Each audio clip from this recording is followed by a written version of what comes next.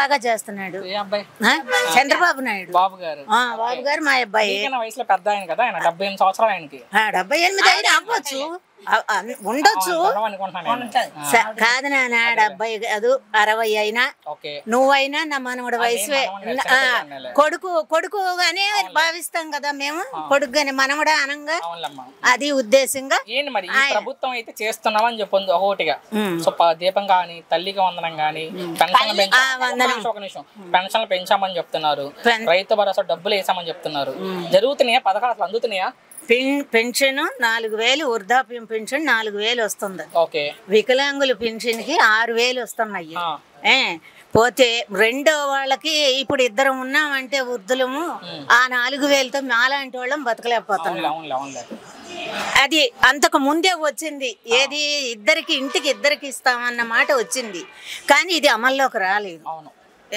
ఒకటి పోతే బస్సుల గురించి అడుగుతావా, ఏంటంటే 200 టికెట్ ఉందనుకోండి, 100 రూపాయలు పెట్టండి. ఈ ఫ్రీ తీసేస్తే నీలాంటి వాళ్ళు నాలాంటి వాళ్ళు అందరూ కూడా ఫ్రీగా వెళ్తారు. ప్రభుత్వం ఎన్నికలప్పుడు హామీ ఇచ్చింది, ఉచిత బస్సు పెడతాం మహిళలకని ఇచ్చింది. పెట్టలేదు అంటారు. ఆ మాట నిజమే,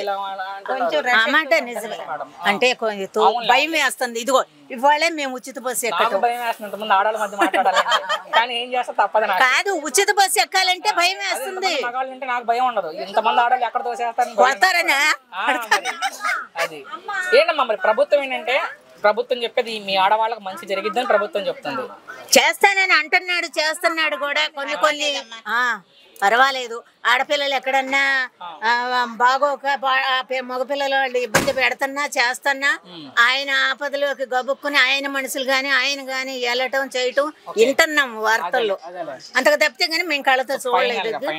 ఒక్క మాటలో ఏం చెప్తారు చంద్రబాబు గారి గురించి, ముఖ్యమంత్రి గారి గురించి ఏం చెప్తారు ఒక మాటలో? బాగానే చేస్తున్నారు.